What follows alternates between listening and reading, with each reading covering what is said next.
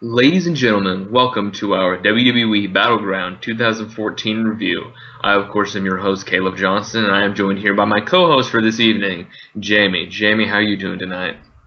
Oh, I'm doing very well. Battleground was a very nice show, and I'm probably one of the few people that you will hear say this. Battleground was a good show.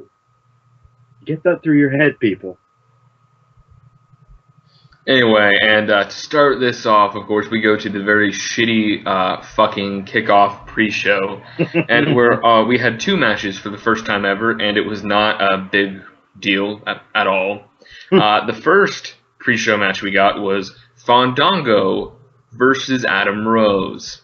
Now, this match lasted 2 minutes, and I think Adam Rose won with the party foul, which granted is a cool name for a shitty looking finisher, but nonetheless, Adam Rose won after like a 2 minute match. James, what did you think of this match? Uh, if you know, I mean, it was what it was, and it's going to continue this whole Summer Rae and Layla thing, which they were the Rosebuds, and they are going to continue making Fandango's life a living hell, and this whole thing just reminds me of any any situation you hear of going on in any high school that you will ever see. So yeah, I mean, like, the match, it was, like I said, it was what it was, and I guess it did what it needed to do. I mean, this match was fucking horrible. It was the worst match of the night for me. In my eyes, this is the second pay-per-view in a row that Adam Rose has been part of the worst match of the night. I don't know if it's Adam Rose's fault or the matches he's having or what the fuck's going on, but this match was just absolutely not good. It lasted 2 minutes, and Adam Rose won, so I guess there's no harm there. But nonetheless, this match was just bad and unnecessary. Moving on, the second match in the very shitty kickoff show, we got Cameron versus Naomi. The Funkadactyls split up. What? The Funkadactyls. The Funkadactyls finally split up, and and it all came to a head, I guess, here with these two having a match, with the very talented Naomi taking on the not so talented Cameron. 2.5 years of build-up. Like, what more can you ask for? Oh, exactly. Like, the seriously. mega powers explode. So Cameron will roll up, who our Cameron actually predicted somehow. But nonetheless, this match was better than Adam Rose versus Fandango, but nonetheless, it still wasn't a good match, and it was probably the second worst match of the night. The kickoff show just had two really bad matches. And I don't get Cameron winning. I don't see why, unless they're setting up for Naomi to beat her on Raw or SmackDown or Main Event or Superstars or SummerSlam or NXT or Saturday Morning Slam if it makes a comeback. I don't know. A dark match on NXT, WrestleMania. Let's build it up a year in advance. Who knows where they're going with this, but Cameron won for some dumb reason.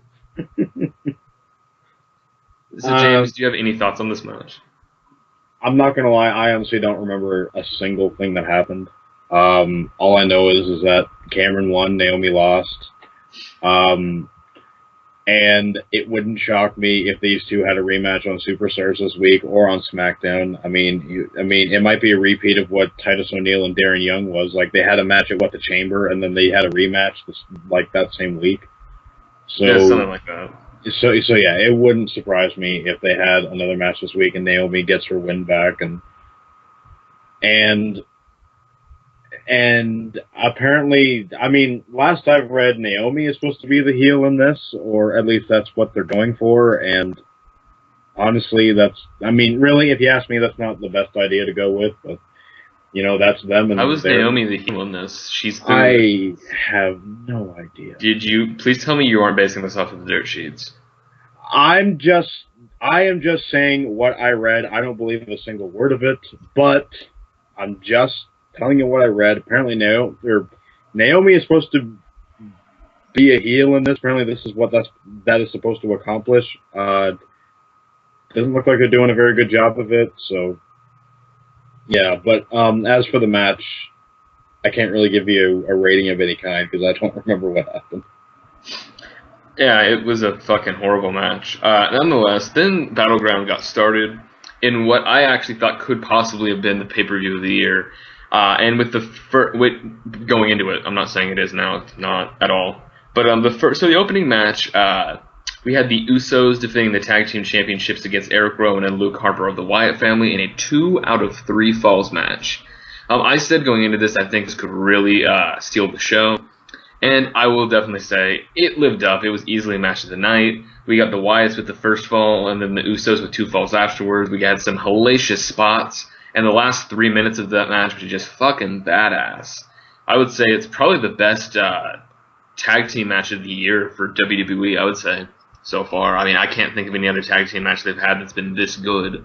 But the Usos are on a roll. The Wyatts are on a roll. Hopefully they have another match. I say put them in a steel cage.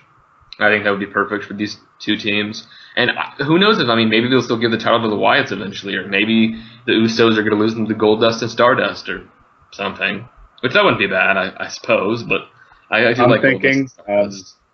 I'm thinking that the next team that they're going to face will be the Ascension. That'd be pretty good, because the Ascension are doing the Ascension have no competition on NXT anymore. Because, when you think about it, who do the Usos have left to face? Goldust besides, besides the Wyatts, Goldust and Stardust, who else is there? Ryback? And they've already beaten them 3 times. Yeah, and I'm thinking the Ascension is the next logical choice. Goldust and Stardust would be awesome, but I'm thinking the Ascension will most likely be the next team. But as for the actual Usos and Wyatts match that took place at Battleground, I thought it was tremendous. Easily the best 2-on-2 match I've seen this year. Both teams put in a tremendous amount of effort. There were so many times where I thought, oh, Wyatts have it, Usos have it, Wyatts have it, Usos have it, and it was so great. And yeah, easily match of the night. Really good stuff. Yeah, these two teams have such tremendous chemistry, and I'm really I hope they get another match in, whether it's a parking lot brawl or a hardcore match or just a steel cage match, which I'm hoping for. I just really want to see these two teams have another match, because I think these guys have such good chemistry. You might as well just keep putting out those amazing matches. Exactly. And then next up, we have Paige versus AJ for the Divas title, which we finally get a match between these two that lasts longer than 30 seconds. It lasted about 5 or 6 minutes, and for what it's worth, I have no issue with this match. I think this match was actually pretty solid. It was a lot better than the Divas match that took place on the kickoff show. It was good. It did what it needed to. And honestly, these two don't have bad chemistry in the ring. They had a really solid match. And AJ brought back the Shining Wizard, and she won, and it was good. I liked it. I have nothing against this match. It wasn't as good as Paige's match with Naomi, but it was still a pretty good match, and I liked it. Yeah, I thought that it was a very solid match, like you said, and really that was just it. It was just a really solid women's match, really, and I'm thinking that probably on Raw. We will most likely see Paige finally just explode and finally say, fuck it, I'm going to attack this bitch, and finally go full on heel. And yeah, I can definitely see these two having another match at the next one there. SummerSlam, sorry. Yes, SummerSlam. Yeah, I don't think it's done between these two at all. And if the SummerSlam commercial shows anything, it shows that these two are one, Paige likes to walk away from exploding trucks, and 2, these two are probably gonna have another match. And I'm all for it. Why not? It seems like it could get really good with this rivalry, and I really like this double turn they've had. So I'm all for it. I like it. I want to see them. I would like to see them get maybe 10 minutes, because I think they could do a lot with 10 and not 6. I think if you give them a very substantial amount of time, they could surprise a lot of people. The thing I'm really liking is no matter how much people want to pretend Paige is the saving grace of the Divas division, she still has a lot of learning to do. She's only had a couple good matches, and I think AJ is going to teach. She's good at working with AJ is going to do nothing but help teach her. She's going to learn from AJ. Just like AJ, there was a time when AJ was in the same position Paige was in. She had a couple good matches under her belt, and then she finally started working around people like Natalya, and then it rubbed off on her, and she got better as time went on. AJ got a good match out of Caitlyn, and Caitlyn was never a good performer, no matter how much I love Caitlyn. So it's just one of those things where it's a learning experience for Paige. She's going to learn, and at the end of the day, that's all we should really want. Is we're going to get. I guarantee you that by the next time Paige is Divas champion, whether it's next month or next year or next decade, because Paige is going to be around for a while. She's like 20. So no matter what, Paige is going to do nothing but learn, and over the years we're going to see her slowly get better because she has that potential, and AJ is going to really bring it out in her. And I think Paige can bring it out in AJ because AJ hasn't always been the best performer. But these two working with each other, I think if they just work with each other at live shows, TV, pay-per-views, it's really going to help each other out. And that's what we want. And we want a good Divas division. We don't want just one good Diva. We want a bunch of them. Right now, we've really just got AJ and Natalya, and then Naomi's doing pretty well for herself. So I'm hoping that Paige can really get to that next level of being a better in-ring performer. No matter how many people want to say she's already there, that's just, still, I'm hoping we get a better Paige over the years, and I think that's what we're going to get with this rivalry. I think it's really going to be a stepping stool. And a lot of folks tend to forget Paige is only 21. Is she 20? I thought she was 20. No, I believe she's turning 22 either, I think it's next month. I'm not entirely sure, but still. I mean, Paige is still, she's still young as hell. So, her best years still lie ahead of her. So, oh, yeah, definitely.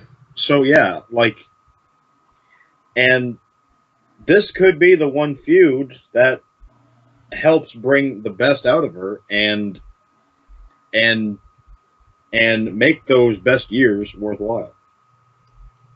Oh, definitely. Yeah.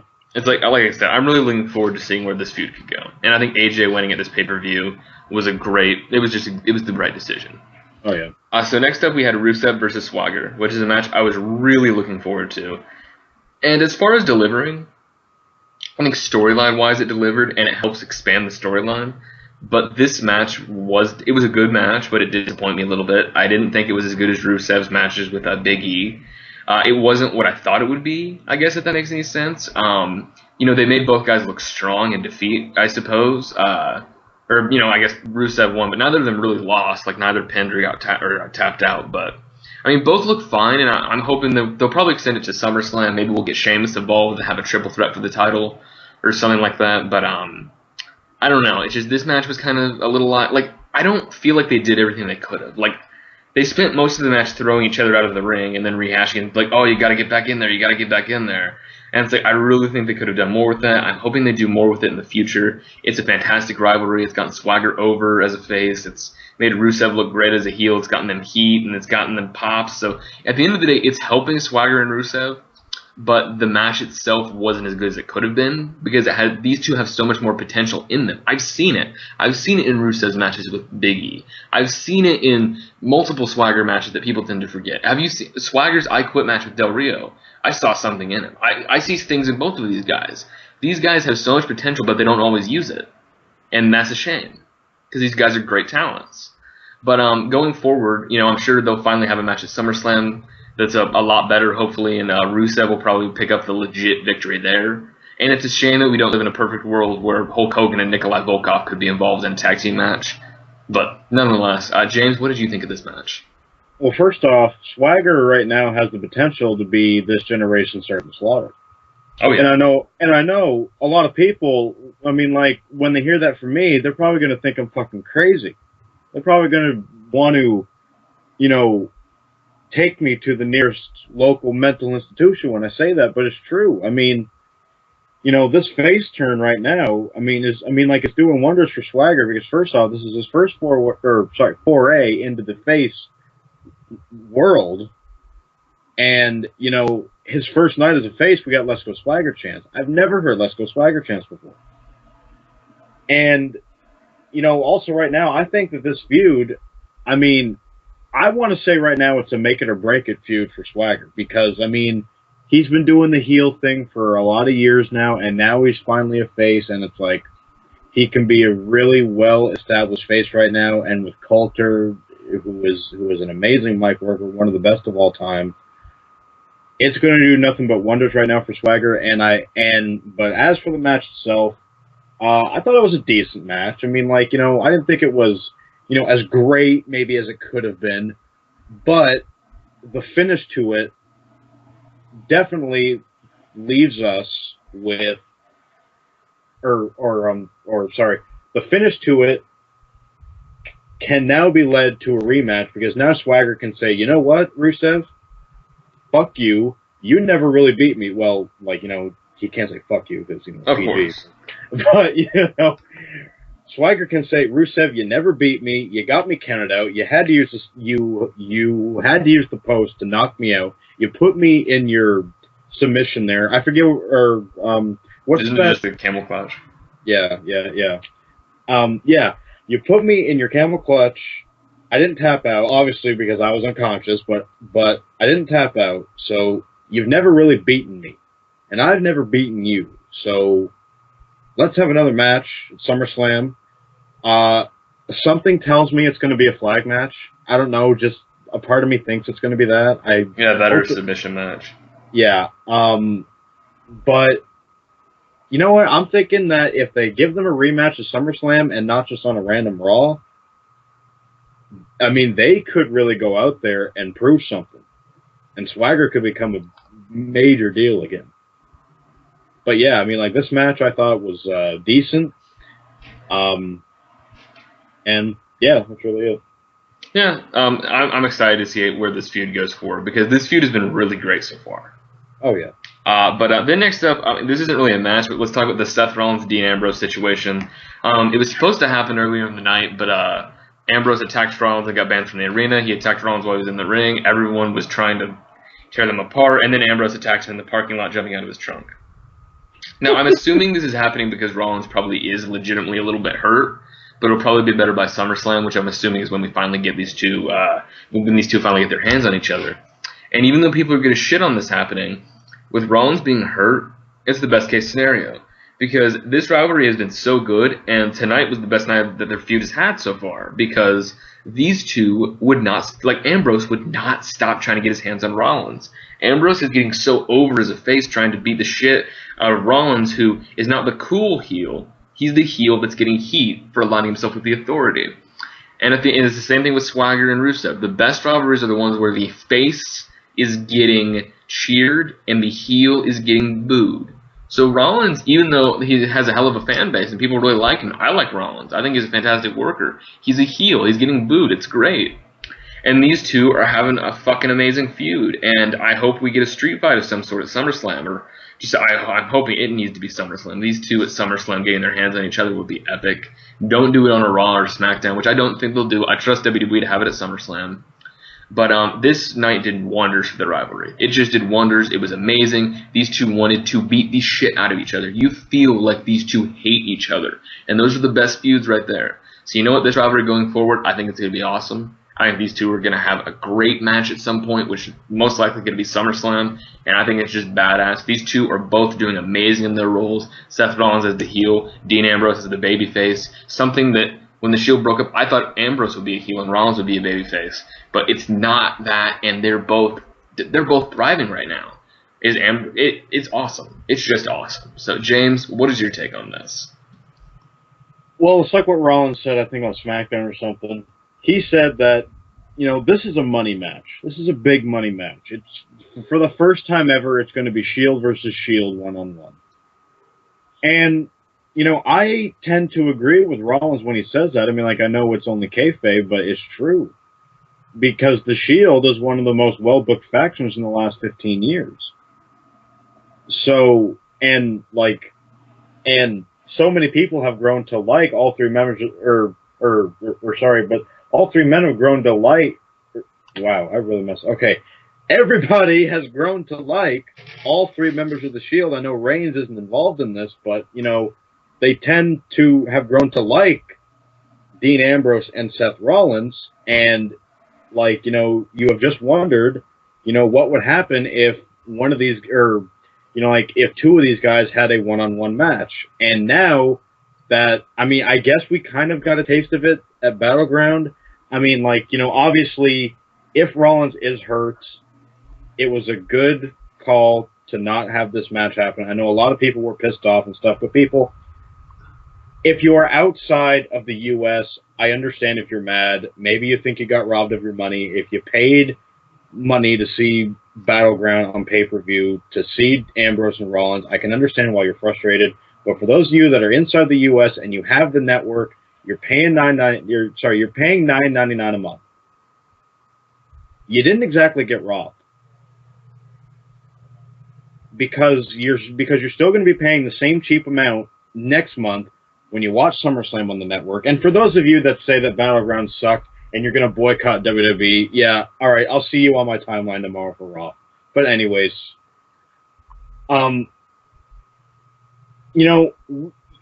going to see it either way very soon when Rollins is good and healthy again. If his knee is fucked up, let it heal, and let both these guys go out there and put on the best match possible. Those guys could go out there and have match of the year if they wanted to. It comes so naturally to both guys. So really, if you're mad about it, if you're outside the U.S. and you paid for it, I understand. If you have the network, though, don't worry. You'll see it for the same price, $9.99. You'll be fine, and we'll all get to enjoy a classic between Dean Ambrose and Seth Rollins. It'll be good. So what happened tonight, I had no problem with at all. No, definitely not. Especially since Rollins is, if he's hurt, there's not much you can do. You can't have him go out there and fuck up himself. Exactly. It's just like with Bryan, like the dude's hurt. There's nothing else to be done. But either way, the IWC is fucking retarded for the most part, so who cares? Then we got Bray Wyatt versus Chris Jericho. Which this feud's been pretty great. Jericho coming back has been awesome. It was very surprising. I did not expect Jericho to be competing at Battleground this year. And then this match happens, and I was really looking forward to this match. And I will admit, I need to go back and rewatch this match, but from what I saw, it didn't seem like the match it could have been. It really didn't. It didn't seem like it was Jericho's best match, and it didn't seem like it was Bray Wyatt's best match. Felt like something was off. Yeah, there was something really weird about it. Like, it felt kind of sloppy to a degree. I don't know what it is. I don't know if Jericho is... I would say Jericho's showing ring rust, but he had a great match with Miz on Raw a couple weeks ago. Yeah. So I don't know what the deal is here. I don't know if him and Wyatt just don't have chemistry, which is shocking to say about Chris Jericho not having chemistry with someone. But, Wyatt's a real different cat out there, his style is real different, so maybe that's what it is. Maybe Jericho hasn't fully adapted to it or what's going on, but this match could have been so much. I put it in the same boat I put with Swagger and Rusev. I know these guys can put it on a good match together, but they need to figure out how to do it. Like, if these two aren't mixing well in the ring, if they have another match at SummerSlam or whatever, if this feud continues, they need to figure out, hey, maybe we should do this. Let's not do this. Just so we don't get that off match, so we can get a match that could really have some amazing potential between these guys.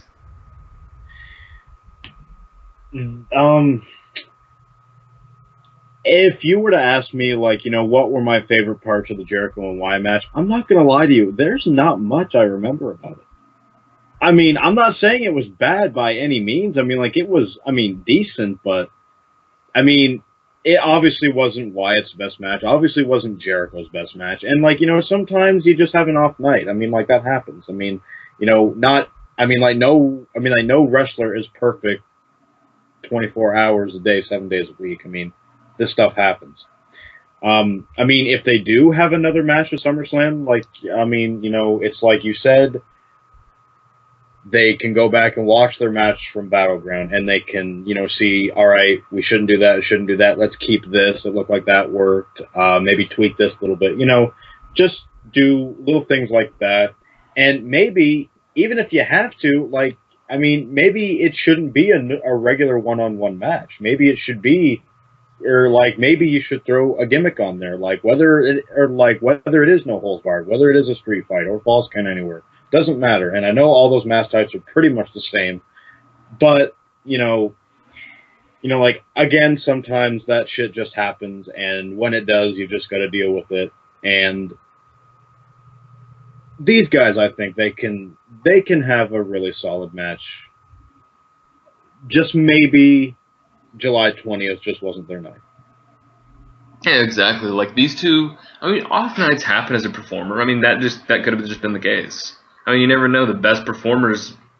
I mean, you look at any amazing wrestler. Look at Kurt Angle. Look at CM Punk. Look at Seth Rollins. Any good performer is going to have their sluggers. Daniel Bryan, all of his matches aren't 5-star matches. All of Jericho's aren't. All of Wyatt's aren't. Wyatt has improved tremendously this year than he was last year at this time. This match probably would have been worse because Wyatt wasn't putting on a lot of good matches at this time last year. Ring of Fire. Oh my God, that was so bad. But then, I mean, Jericho winning this match was very interesting. I definitely didn't see that coming. But who knows? I mean, they'll probably let Wyatt get his win back at SummerSlam or something like that.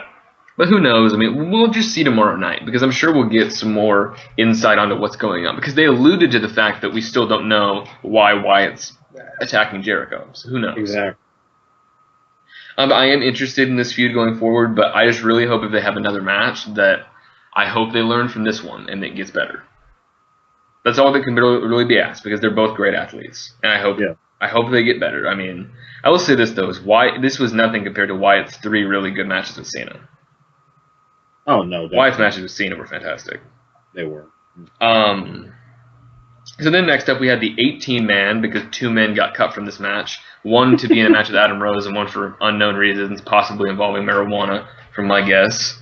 So 18-man battle royal for the vacant Intercontinental Championship. We got Bad News Barrett saying, "Oh, the winner's gonna have to watch out for me," and whatnot. And out of these 18 guys, this was a very good battle royal. I enjoyed it. There were some great spots. Xavier Woods and Zack Ryder were the first 2 out, which was hilarious. Heath Slater eliminated Cesaro, which I thought that was hilarious.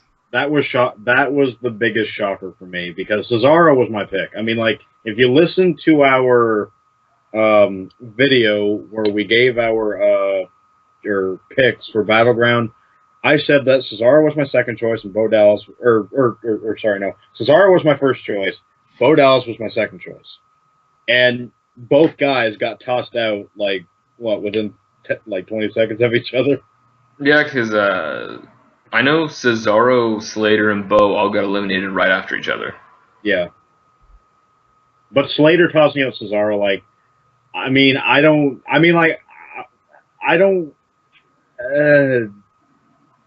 don't know what that tells me, but I'm not saying Slater is bad or by any means like that, but Slater's one of the most underrated performers in WWE right now. Oh yeah, but just the way he's positioned on the card right now, like a guy like Cesaro who has been paired up with Heyman for months now, and then he gets randomly thrown out by Slater. I really don't know what that tells me. That maybe they're going to push Slater or have him and Cesaro feud? The one-man band versus the Swiss Superman? The 5-language speaker, I guess. I mean, I'd be down for that. If they're going to push Slater, because if they just did it as a rib and as something funny, I'm fucking all for it, because that made me laugh, and that made me shocked, and it gave me that little gleam of hope that Heath Slater was going to win this match. A little glimmer of hope, yeah. Which, that was enough for me, because I love Heath Slater. I've been a big fan of his for years. I think he had the most potential out of anyone at 3MB. He's badass. I love Heath Slater. But then, Slater got tossed out, and then we got to the final 3, which Miz was hiding under the ring, and we got Ziggler and Sheamus, and Ziggler tossed out Sheamus, and then everyone got all excited, and then Miz eliminated Ziggler and won the match. I said in the predictions video that the 3 people I think could win are Cesaro, Bo Dallas, and Miz. My official pick was Bo Dallas, but Miz was my number 2 pick and who I thought would win. And I think Miz is a fine choice. It worries me because his last 2 Intercontinental title reigns were not anything. But if there's anything we know is that heel Miz is so many levels above face Miz, and that heel Miz can work as a champion, and that his 2 reigns as United States champion and if they turn him to 100 degrees as champion, they just do it all out. They make him. He was one of the best United States champions we've seen in the last 6 years. The dude was great. He's a good champion as a heel when done right. Now, granted, his Intercontinental title run 2 years ago as a heel wasn't very good, but Miz has that potential to be a great champion. So I'm all for this. We'll see what happens going forward. We'll see if they want to unify the titles for some reason. We'll see if Miz just keeps being champion. We'll see if he loses it next month. Nonetheless, Miz is a good wrestler. Miz is a good performer. And no matter how much hate he gets, I mean, he's a heel. He's supposed to get hate. Maybe it's not a bad thing. As long as he's not getting X-Pac heat, I don't care because the dude is an outstanding heel. And he's going to be an outstanding heel. And this new gimmick gives a fresh outlook on him as a heel. And that's what I like. And we're going to get him as Intercontinental Champion now, and I hope it works out. I hope it's a lot better than his second and first reign, especially the one that lasted a day. I hope we get the Miz of old, but different, of course, because we don't want to rehash anything. Just let Miz be Miz. I think at the end of the day, that's the best thing to do. Put him in feuds, give him the mic, and just let him go, because that's the Miz. Because that's how Miz works. And he is awesome. Exactly. He's very awesome. I love the Miz. He's a great heel. Oh, can I just mention one thing? My favorite spot, and I'm pretty sure a lot of people feel the same way, Kofi Kingston. Landing on Big E's shoulders like that. The thing of that is, I've been talking to Cameron about this for a long time, is that Kofi is going to keep doing those spots until he accidentally kills himself. It's just crazy. I don't know how many more spots there are to do. He's done 3 this year. I don't know what else he can do.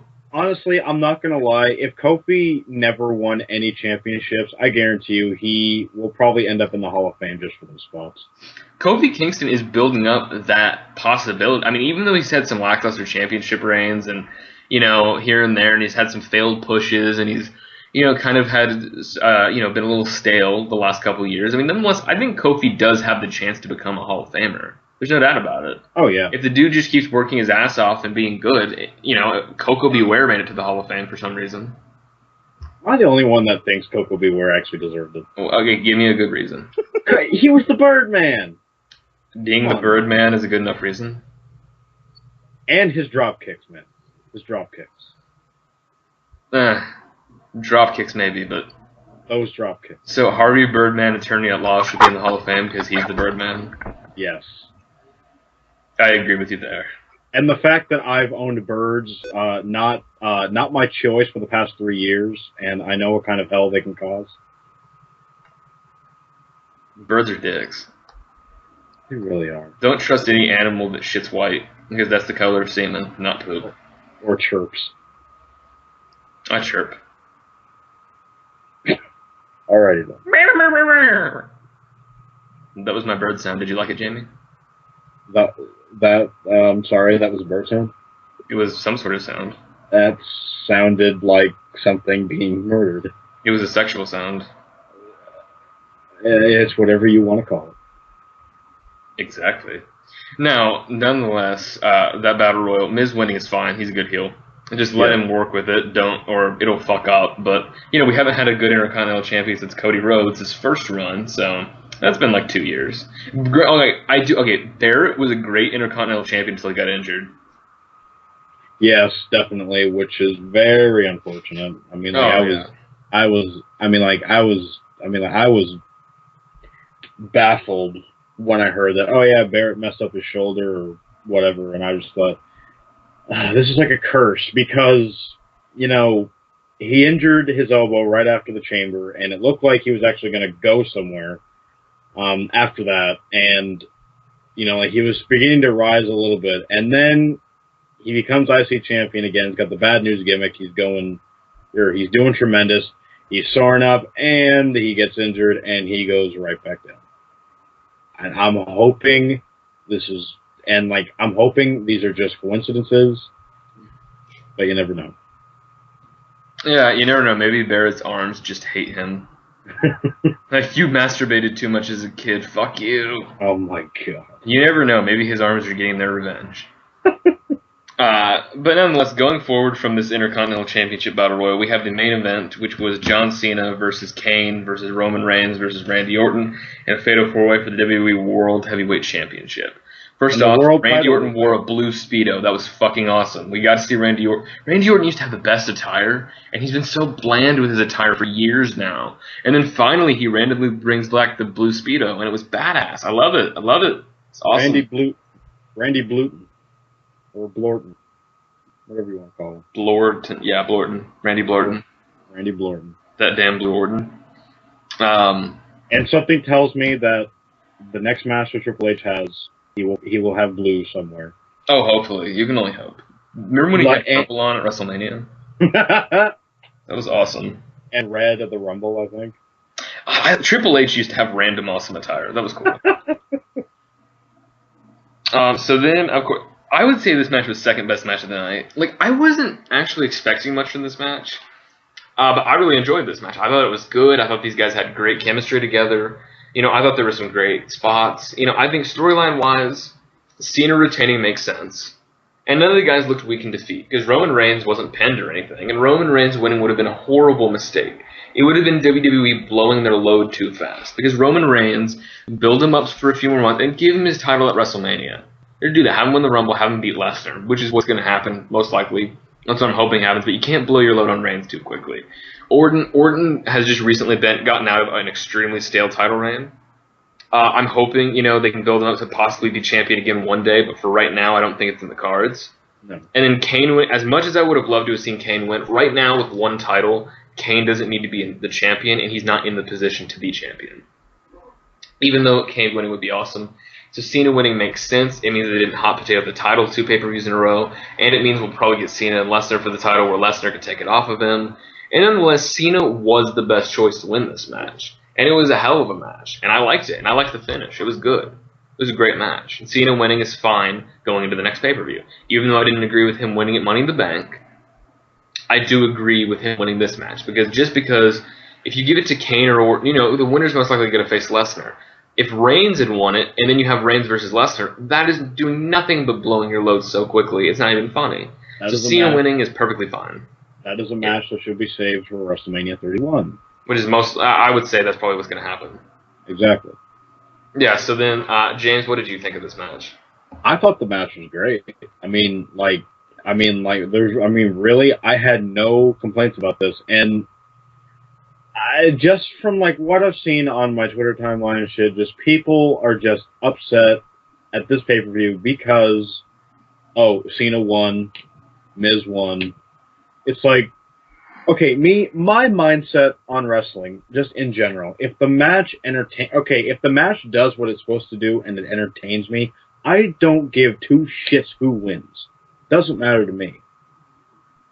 Now, of course, in certain circumstances, maybe the winner does matter, but, this four-way match entertained me. It did what I wanted it to do, and like I said, it entertained me, and again, this match also proved that Roman Reigns is a motherfucking beast.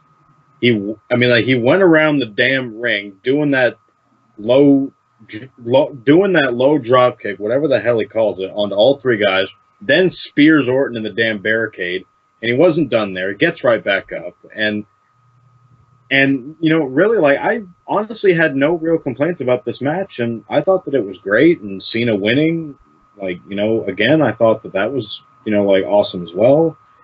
And, again, what this pay-per-view did was build up to SummerSlam. And that's what it was made to do. That's it. And it did just that. It is a filler pay-per-view. Yeah. Overall, at the end of the day, I don't think this was a great pay-per-view. I thought it was an okay pay-per-view. I think out of the 9 matches that took place, the 8 matches, I keep forgetting Rollins and Ambrose didn't happen. Out of the 8 matches that took place, I think there were 2 extremely good matches in the Fatal 4-Way, and especially the tag team match. I think the Battle Royal was fantastic. I think there are 2 kickoff show matches that you should never even waste your time with. They were fucking horrible. And I think you got 2 matches that could have been better between Jericho and Wyatt and Rusev and Swagger. And I think you got a solid match between Paige and AJ. So, was it a fantastic pay-per-view? No. Was it pay-per-view of the year? Absolutely not.